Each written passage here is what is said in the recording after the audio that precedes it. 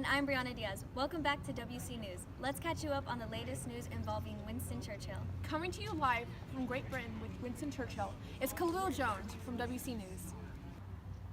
Hi, I'm Khalil Jones, and I'm with the Great Britain's very own Prime Minister, Winston Churchill. I'm glad you can make it. Happy to be here, Khalil. What were your goals for the end of World War II? My goals for the end of World War II are best represented by the Atlantic Charter issued by me and Roosevelt in August of 1949. How do you feel about the peace settlement?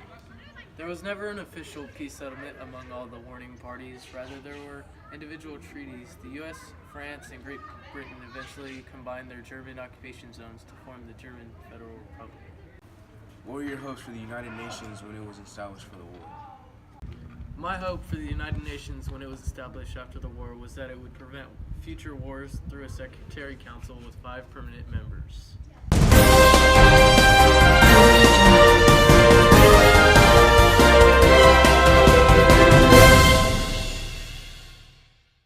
Breaking news, a signed memo by Winston Churchill detailing his position on the use of military force during the Tony Pandy riots of 1910 is to be sold at auction.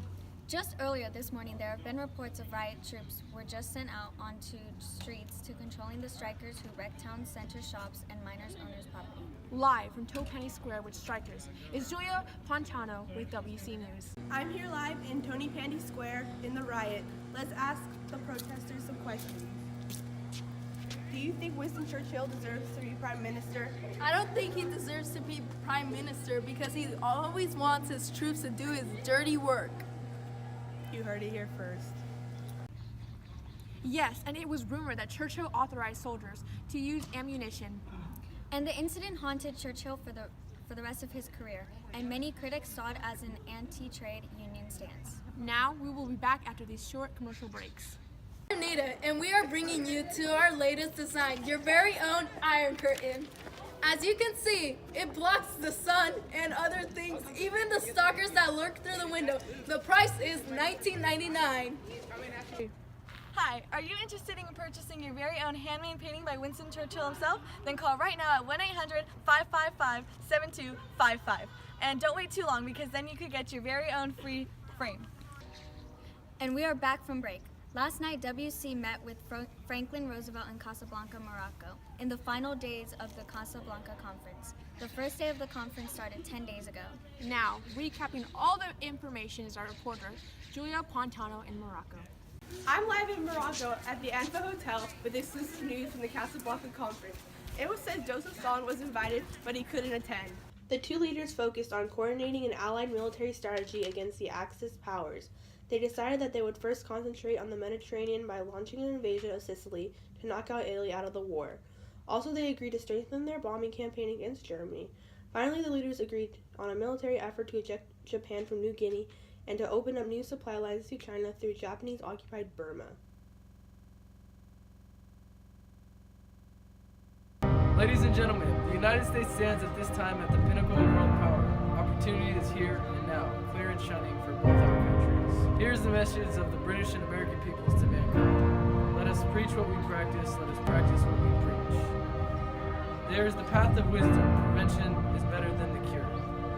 The communist parties, which were very small in all these eastern states of Europe, have been raised to preeminence and power far behind their numbers and are seeking everywhere to obtain totalitarian control.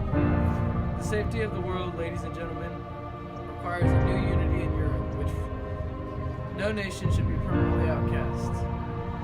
A shadow has fallen, an iron curtain has descended across the continent.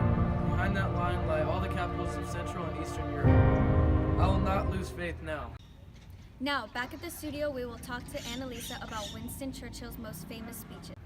Churchill has had a major impact from his speeches. His most famous speech was his 1941 speech about never giving up and never giving in because he was known as a person to never give up. And how can we forget his House of Commons speech where the famous blood, toil, tears, and sweat phrase was spoken.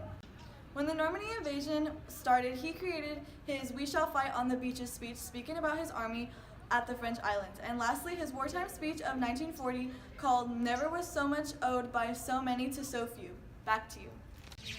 Lastly, we have an important piece of history. Yes, and it also brings a lot of controversy. The Dresden bombing telegram from Winston Churchill. The bombing was by Britain and U.S. forces against Germany. When he released his telegram, he was criticized for letting the bombing happen. His involvement in the bombing was based on the strategic and tactical aspects of winning the war. Winston Churchill was a British statesman, army officer, and writer who served the United Kingdom Prime Minister for 2 terms, adding up to 9 years. This is WC News. Thank you for watching, and we'll see you next time.